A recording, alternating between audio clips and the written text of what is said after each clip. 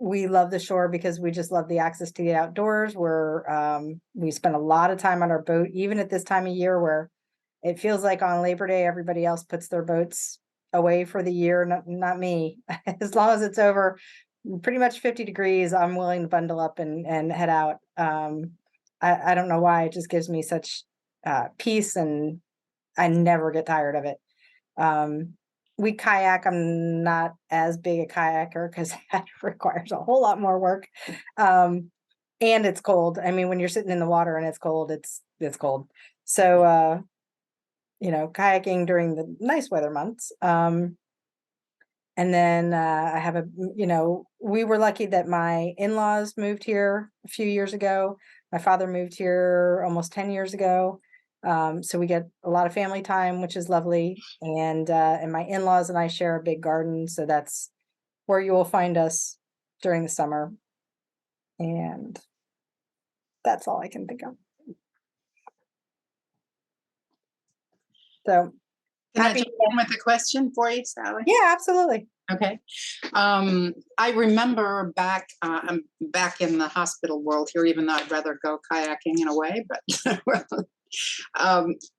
I remember back in 2019, I came up a couple of times to a meeting that you convened when the hospital was framing its 3 major goals, I think, with regard to your, it was even related to taxes and, what the things Right. are that you needed to report. Right. I'm not saying that right, but Community health needs assessment. yes. Okay. Thank you.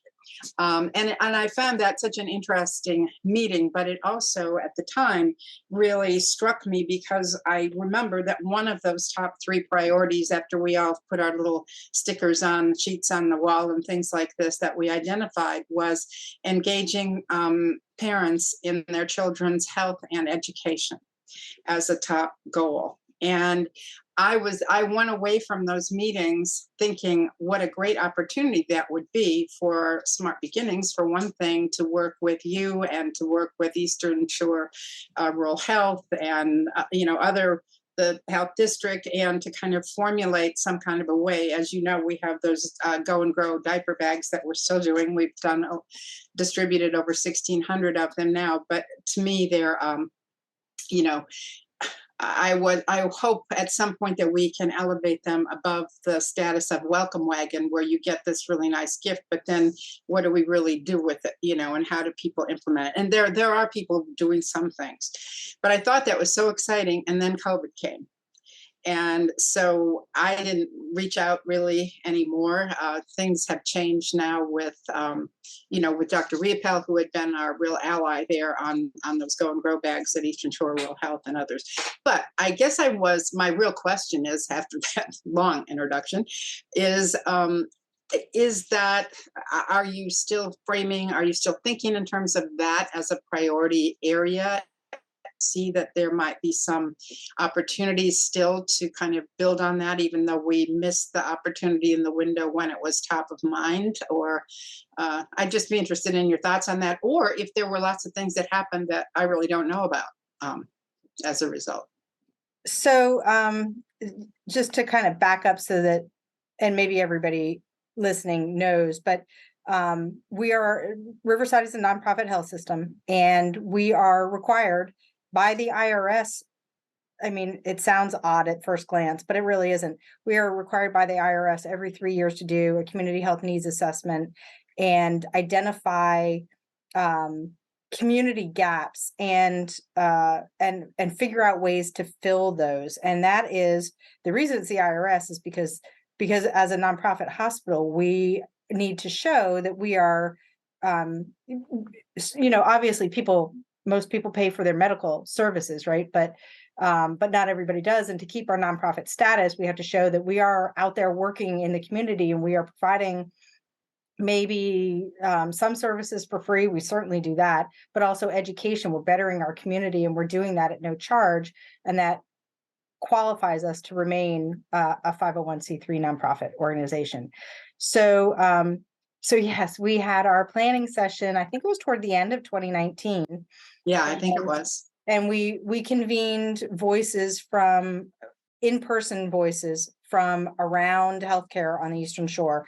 We had already done some kind of more quantitative survey data gathering, and we had done that as a whole Riverside system, but this in-person group was just here on the shore. Hey, let's talk about what's particular to the Eastern Shore and what needs should we be looking at addressing.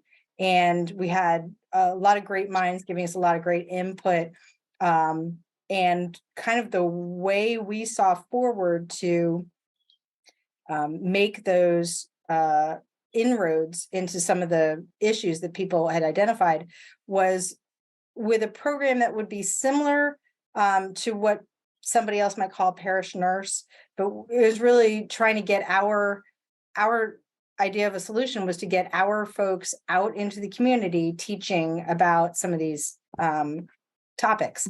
And what, 5 months later,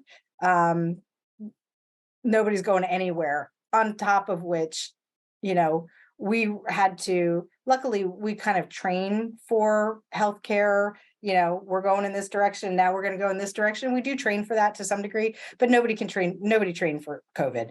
And so suddenly we were rethinking everything. How do we do our job with, all the constraints and all of the challenges that COVID was presenting? So while we did start what we called a wellness connectors program, I think probably everybody else was in a similar position to where we were all rethinking our jobs. Some people weren't going to their jobs, it was just so different. So we did do that for a few years. I would say it was not nearly as effective as what we envisioned. And here we are, it's been 3 years. We go through this process every 3 years. We did it again, not as Eastern Shore Riverside this time. We did it as Riverside Health System this time. And the entire system chose 2 different priorities or goals that we're going to work on as an entire system. So while it's not quite as specific to the Eastern Shore this go round, I think it is going to be much, much more effective, on top of which we've figured out the COVID thing, right? Like, we know how to do that now.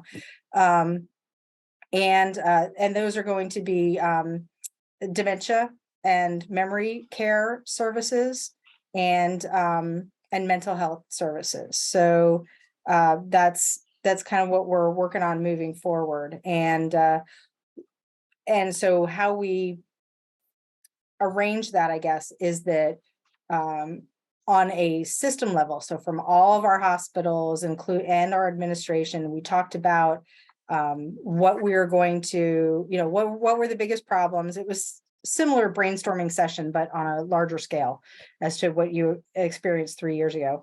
And then how do we address those as a system? Lots of potential opportunities for addressing were kind of thrown against the wall, and then each location, where it gets specific, is that each location was able to choose from that kind of menu what was going to be most effective in their community and what was going to be most needed in their community. So that is where that process just finished in October. Okay. And so that is now our community health needs assessments, I think, for like the last maybe 4 go rounds, so 12 years, are on our website. You can take a look at what we thought about in the past, what we, how we hoped to address them.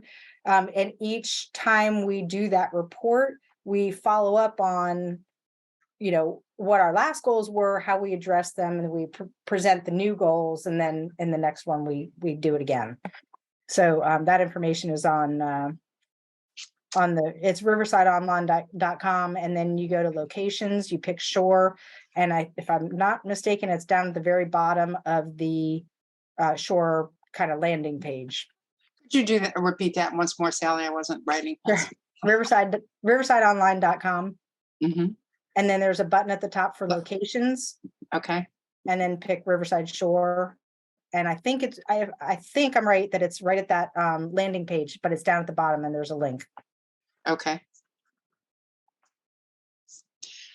As I, hear you talk about that, I certainly think in terms of what opportunities there might be related to mental health, in young children, and a lot of the work that people are doing on trauma-informed communities, certainly, and those kinds of things. But I'd be interested to see where you're going with that. And I'm always looking for ways that we are linking things together rather than operating just independently as In individual silos. organizations. Yeah, and now we have and we've really become more and more involved regionally with Ready Region Southeastern for early childhood. And a lot of the direction we're going in is a little bit broader than what we were doing before too. So, Well, and that's what I thought the brilliance of working at this as a system instead, because seriously, I've been here 25 years, right?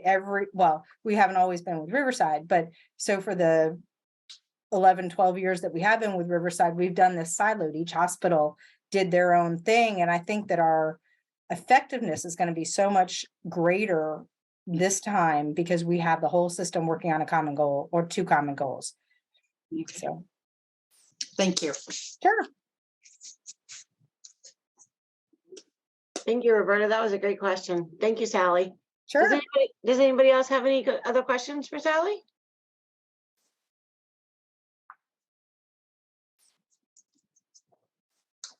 Sally, you got off the hook pretty easy this time. Woo-hoo. Well, let me just brag for a minute and talk Yes, about, please do. I probably should have worked this into the beginning. A couple of the accolades that we're pretty proud of.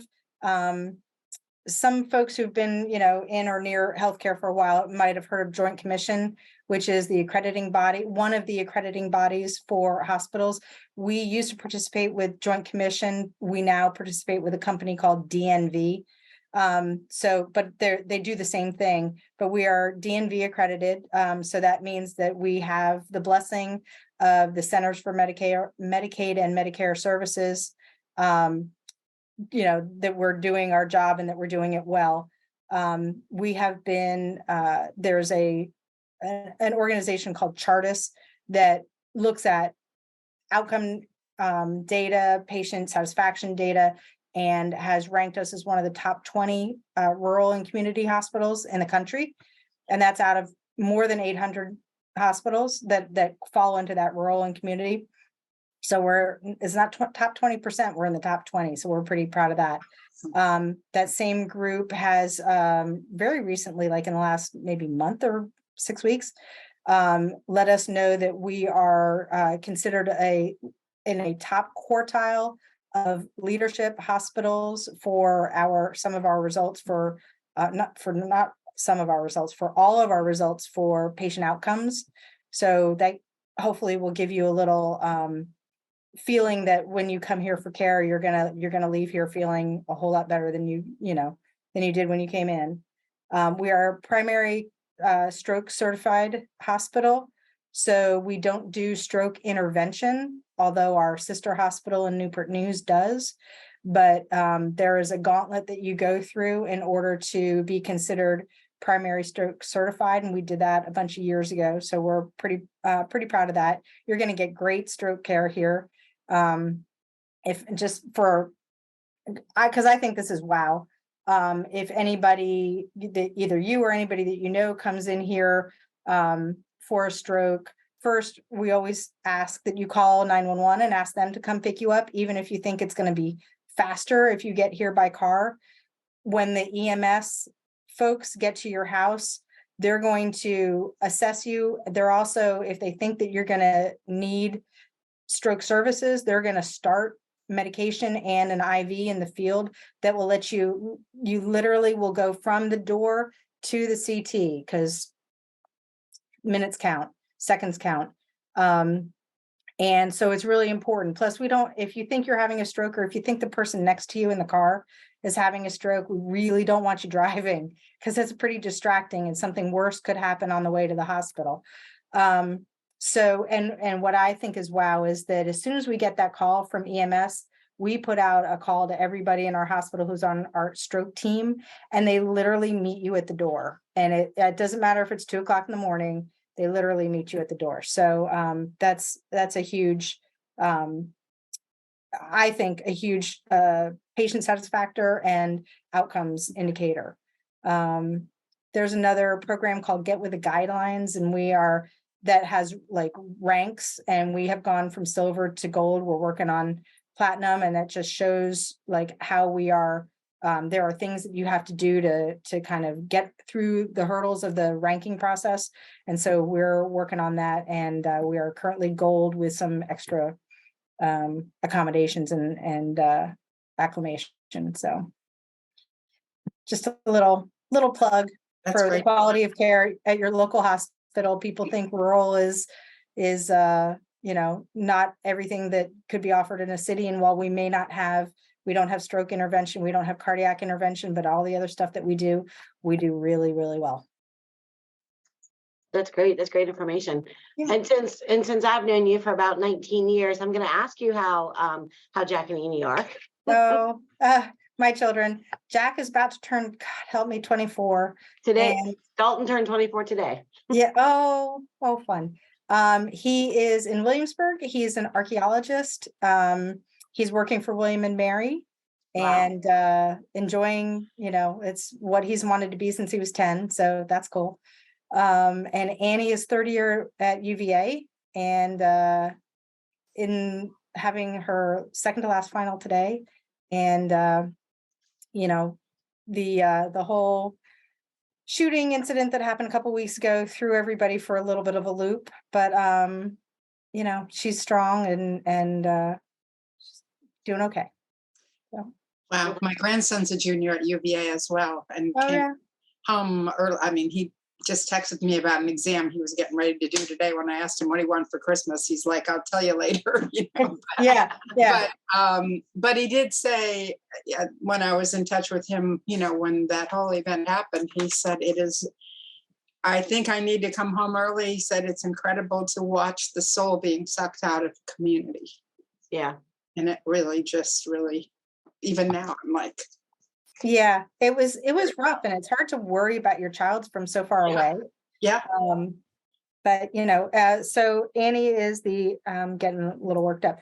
Annie is the president of her student-run ballet group club, and they were supposed to be having a performance the following weekend, and so this is the age group that did not get to finish their senior year of high school, where she did not get to dance in her final ballet, and here we're doing the whole thing all over again, and she had to bring everybody together and get her crew to have a consensus, and she hated doing it because she and her best friend were on opposite sides of the argument, but it's a growth experience in a crappy way, but a growth experience. So yeah, well, that's good. I'm glad that they're both doing well. Yes. Well, happy birthday to Dalton.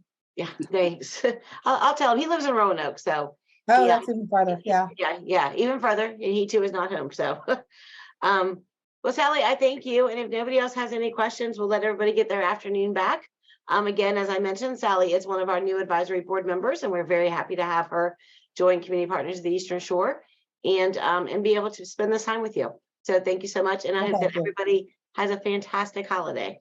Thanks. You too. You too. Happy holidays, everyone. Bye, everybody. Bye.